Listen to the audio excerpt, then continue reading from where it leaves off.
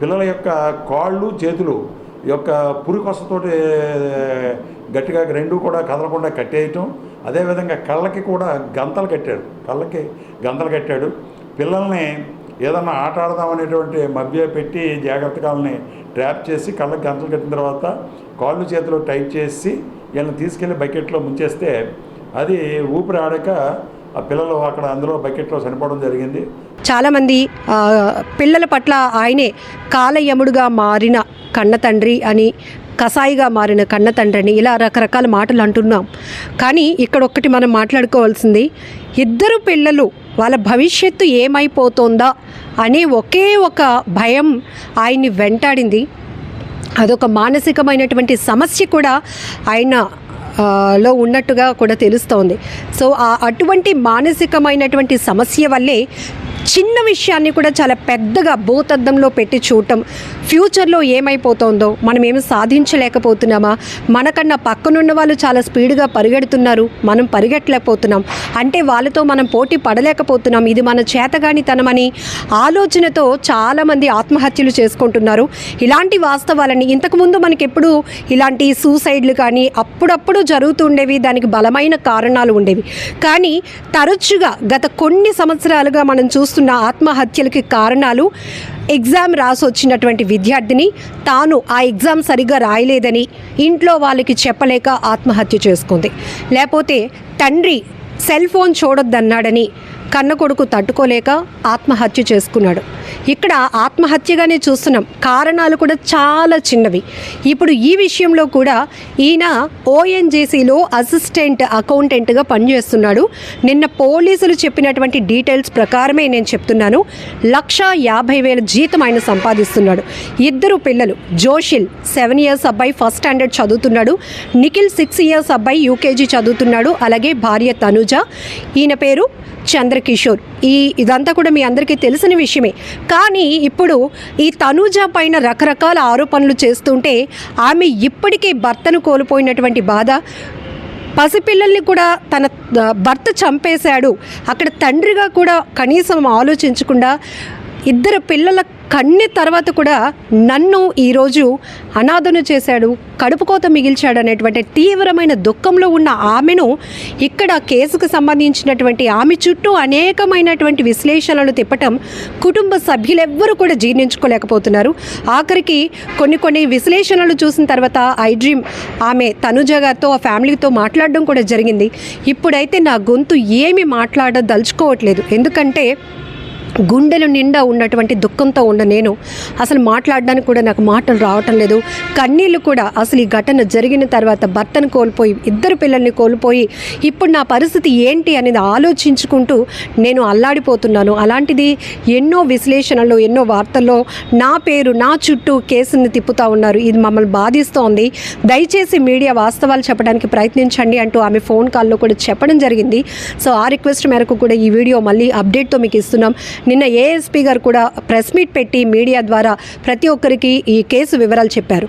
ఎందుకంటే ప్రైమరీగా కొన్ని ఆధారాలు లభించినప్పటికీ కూడా అన్ని కోణాల్లో ఏవైతే కొన్ని చోట్ల బంధువులే అనుమానాలు వ్యక్తం చేస్తారు, లేకపోతే క్లూస్ టీమ్ బయటపెట్టినటువంటి వాస్తవాల ద్వారా కూడా, ఆధారాల ద్వారా కూడా కేసును అన్ని కోణాల్లో విశ్లేషించాల్సిన అవసరం ఉంటుంది, విచారణ జరిపించాల్సిన బాధ్యత పోలీసులకు ఉంటుంది. అయితే ఇక్కడ ఆయన సూసైడ్ లెటర్ రాసి అందులో ఎందుకు చనిపోతున్నాను, ఎందుకు నా పిల్లలిద్దరినీ కూడా బకెట్ నీళ్ళల్లో ముంచి చంపేశాను, నా భార్యని ఒంటరి చేశాను అని ఆయన చాలా స్పష్టంగా సూసైడ్ లెటర్లో రాశారు అని పోలీసులు చెప్తున్నా ఈరోజు సొసైటీలో కొంతమంది దాన్ని నమ్మటానికి ఇష్టపడటం లేదు. కాబట్టి నిన్న వెరీ క్లియర్గా ఒక ప్రెస్ మీట్ కూడా పెట్టారు. ఆ సూసైడ్ నోట్లో కూడా పిల్లలు ఈ పోటీ ప్రపంచంలో రాణించలేకపోతున్నారు అనేటటువంటి బాధ నన్ను చాలా బాధ పెడుతోంది. ఆ మానసికమైన ఒత్తిడి నేను తట్టుకోలేక, కానీ నా భార్య చాలా ప్రేమగా చూసుకునేది అంటూ కూడా భార్య కోసం కూడా ఒక మాట ఆయన మెన్షన్ చేయడం జరిగింది. ఓఎన్జీసీలో జాబ్, 1,50,000 జీతం, సొంత ఇల్లుంది, బంధువులు, అలాగే మృతుడు ఎవరైతే ఉన్నారో చంద్రకిషోర్ వాళ్ళ అన్నయ్య గారు కూడా ఈ కేసు వెంటనే ఆయన స్పందించి ఒక వీడియో బయట కూడా రిలీజ్ చేశారు. అంత పిరికివాడు కాదు మా తమ్ముడు, ఆర్థికంగా కూడా చాలా ప్రొటెక్టివ్గా ఉన్న వ్యక్తే కాబట్టి తనకి ఆత్మహత్య చేసుకోవాల్సిన అవసరం లేదని ఆయన కూడా ఒక మాట చెప్పినప్పుడు ఆ కోణంలో కూడా కేసు తిరిగింది. ఫైనల్గా పోలీసులు నిర్ధారించిన విషయం ఏంటంటే, నిర్ధారించడమే కాదు, ఆ సూసైడ్ నోట్లో ఏముందో అన్ని వివరాలు చెప్తూనే ఇలా ఆలోచించడానికి కారణాలు కూడా పోలీసులు చెప్పారు. ఎందుకంటే సైకాలజిస్టులను కూడా కొన్ని కేసుల్లో వాళ్ళ అభిప్రాయం కూడా తీసుకొని కొన్ని కేసులు ఛేదించాల్సిన పరిస్థితి పోలీసులది. ఎందుకంటే వీళ్ళు ఐపీఎస్లు చాలా ట్రైన్డ్గా ఉండొచ్చు, కానీ ఈ మధ్య కాలంలో జరుగుతున్న క్రైముల్లో చనిపోతున్న వాళ్ళు కానీ చంపేస్తున్న వాళ్ళు నేరస్తులు వాళ్ళు కానీ వాళ్ళ యొక్క సైకాలజీ ఎలా ఉంది అని తెలుసుకోవడానికి కోసం కొన్ని కేసులు టేకప్ చేయడానికి, ఇన్వెస్టిగేషన్ చేయడానికి కూడా సైకాలజిస్టులను అప్రోచ్ అవుతున్నారు పోలీసులు. దానిలో భాగంగానే హెరిడేటరీగా కొంతమందికి కొన్ని భావాలు వస్తాయంట. అది కూడా ఆత్మన్యూన్యత భావం అనేది ఈ చంద్రకిషోర్లో చాలా ఎక్కువ ఉంది. ఇది ఒక రకమైన మానసిక సమస్యగా నిర్ధారించారు పోలీసులు. అది కూడా సైకాలజిస్టులు చెప్పడం ద్వారా. ఈ యొక్క తల్లిదండ్రులు ఈ కేసును బట్టి మనం చెప్పేది ఏంటంటే, ప్రజలకి మేము ఇచ్చేటటువంటి సార్ కానీ మేము కానీ ఇచ్చే సందేశం ఏంటంటే, పిల్లల మీద ఈ యొక్క చదువు ఒత్తిడి అనేటటువంటిది ఎక్కువ పెట్టవద్దు. అదేవిధంగా 5th క్లాసు 10th క్లాస్ లోపు వీళ్ళు ఏదో చదివేస్తారు, వీళ్ళు అయిపోతారు అనేటటువంటిది ఆశించవద్దు. 5th క్లాస్ వరకు నార్మల్గా ఉండి 5th to 10th క్లాస్ వరకు అబోవ్ యావరేజ్కి వెళ్ళి ఇంటెలిజెంట్ మంచి మార్కులు తెచ్చుకున్న వాళ్ళు ఉన్నారు.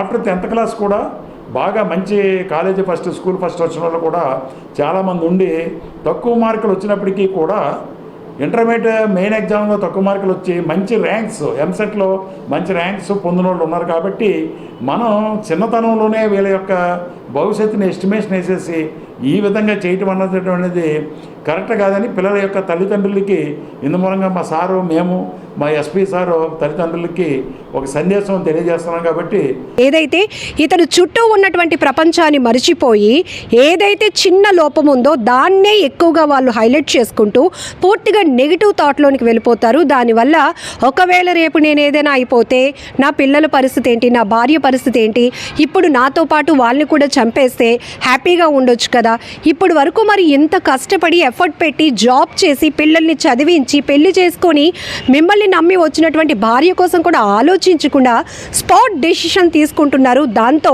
కుటుంబాలు విచ్ఛిన్నం అయిపోతున్నాయి. ఇక్కడ కాకినాడ విషయం కూడా ప్రతి ఒక్కరు ఎందుకు ఇంత సీరియస్గా తీసుకుంటున్నారంటే, ఏ కన్నతండ్రి అయినా పిల్లల్ని అంత క్రూరంగా చంపేస్తాడా అని చాలామంది ప్రశ్నిస్తున్నారు. ఎస్, నేనే చంపాను, దానికి కారణం ఇదే అంటూ ఆయనే సూసైడ్ లెటర్ రాశాడు. సో దానిలో ఉన్న విషయాలే పోలీసులు చెప్పారు, ఆ విషయాలే మీడియా కూడా చెప్తోంది. కానీ తప్పుదోవ పట్టేస్తున్నట్టు మళ్ళీ కొంతమంది పోలీసుల్ని మీడియాని తప్పుపడతా ఉన్నారు. అదైతే కరెక్ట్ కాదు. ఈ కేసులో కూడా మనం చూడాల్సింది కేవలం అతనిలో ఉన్నటువంటి మానసిక పరమైన సమస్య.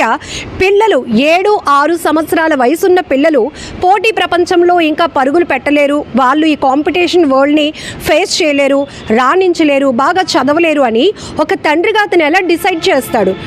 ఎప్పుడు డిసైడ్ చేయొచ్చు? ఒక 20 ఏళ్ళు 25 ఏళ్ళు వచ్చినాక ఇంత చదివించాను పిల్లల్ని, ఉద్యోగాలు లేవు, కనీసం మా మాట వినట్లేదు, పోకరీలుగా తిరుగుతున్నారు, వీళ్ళు మాకు కంట్రోల్ తప్పిపోయారు అన్నప్పుడు అలాంటి కొద్దిపాటి ఆలోచన చేసినా అందులో ఒక క్రెడిబిలిటీ ఉంటుంది. కానీ 7-6 సంవత్సరాల వయసు ఉన్న పిల్లలు ఇంకా ఏమీ చదవలేదు, వీళ్ళు ఇంకా చదవలేరు, వీళ్ళు దేనికి పనికిరారు, వీళ్ళు ఏది సాధించలేరు అని ఎలా చెప్పగలిగారు ఆ తండ్రి? ఇది ఖచ్చితంగా మానసిక పరమైన సమస్యే. అది కూడా సైకాలజిస్టులు, పోలీసులు ఇద్దరు కూడా డిక్లేర్ చేశారు. సో దానివల్లే ఇక్కడ 2 పసికందుల ప్రాణాలు నీళ్ళల్లో మునిగి గాల్లో కలిసిపోయే వాళ్ళ ప్రాణాలు ఎంత విలవిల్లాడిపోయి ఉంటారు. నాన్నేదో ఆట ఆడుతున్నాడా, మనం కూడా ఆడుదాం అనుకుని ఉండి ఉంటారు. ఇక్కడ పోలీసులు కూడా వెరీ క్లియర్గా చెప్పారు, అతను ముందే ప్రిపేర్ చేసుకున్నాడట. హోలీ సందర్భంగా కుటుంబ సభ్యులు 4, భార్య తనుజతో కలిసి చంద్రకిషోర్, 2 పిల్లలు జోషిల్, నిఖిల్ని కూడా తీసుకుని ఆఫీస్లో ఉన్నటువంటి హోలీ సెలబ్రేషన్స్కి వెళ్తూనే మధ్యలో పిల్లలిద్దరికి యూనిఫామ్ కుట్టించాలి, టైలర్ దగ్గరికి మెజర్మెంట్స్ తీసుకొని వస్తానని చెప్పి ఆమెను అక్కడ వదిలేసి ఇతను ఇలా కారణం చెప్పి ఇంటికి వెళ్ళి అప్పటికే అన్నీ ప్రిపేర్ చేసుకున్నటువంటి అతను పిల్లల కళ్ళకి గంతలు కట్టేసి, కాళ్ళు చేతులు కట్టేసి 2 బకెట్ ఆ ఫొటోస్ చూస్తేనే ప్రతి ఒక్కరి గుండె పగిలిపోతోంది. ఆ నీళ్ళల్లో ముంచేస్తే వాళ్ళు అరవటానికి కూడా ఆస్కారం లేకుండా నోటికి గుడ్డలు కట్టేసి ఆయన వాళ్ళ నోలు మూయించేశారు. ఎవరైనా అసలు కనీసం తన తండ్రే మమ్మల్ని చంపేస్తాడని ఏ పిల్లలైన ఆలోచనలో కనీసం ఉంటుందా? అసలు ఆ ఆలోచన చేయడానికి కూడా వాళ్ళ వయసు ఏమాత్రం. కానీ ఇక్కడ ఎంతో బాధాకరమైన విషయం, ఒక్కసారి ప్రతి ఒక్కరూ ఆ సూసైడ్ టెండెన్సీలో ఎవరైనా ఒకవేళ స్ట్రెస్లోకి వెళ్తే కనుక ఇమీడియట్గా సైకాలజిస్టులను సంప్రదించండి. మీ పర్సనల్ డేటా వాళ్ళైతే ఎప్పుడు రివీల్ చేయరు కాబట్టి మీకున్నటువంటి సమస్యకి ఒక సొల్యూషన్ దొరుకుతుందేమో. సొల్యూషన్ లేనటువంటి సమస్య అంటూ ఏది ఉండదు. దయచేసి ప్రతి ఒక్కరి జీవితంలో ఒడిదుడుకులు కామన్గా ఉంటాయి, అప్ అండ్ డౌన్స్ అనేవి ఉంటాయి. అన్నీ ఫేస్ చేసుకుంటేనే ఈ పోటీ ప్రపంచంలో ఎవరమైనా రాణించగలుగుతాం. అలా ఇక్కడ చిన్నపిల్లలు రాణించలేరు అని ఆ తండ్రి తీసుకున్నటువంటి కఠినమైన నిర్ణయం, కర్కశమైన నిర్ణయం అస్సలు హర్షించదగింది కాదు కదా. అతని పైన మర్డర్ కేసు, ఆత్మహత్య కేసు కూడా పోలీసులు ఫైల్ చేశారు. ఇప్పుడు ఆ భార్య పరిస్థితి ఏంటి? ఆమెకి దేవుడే ధైర్యం కల్పించాలని మనం కూడా మనస్ఫూర్తిగా కోరుకుందాం.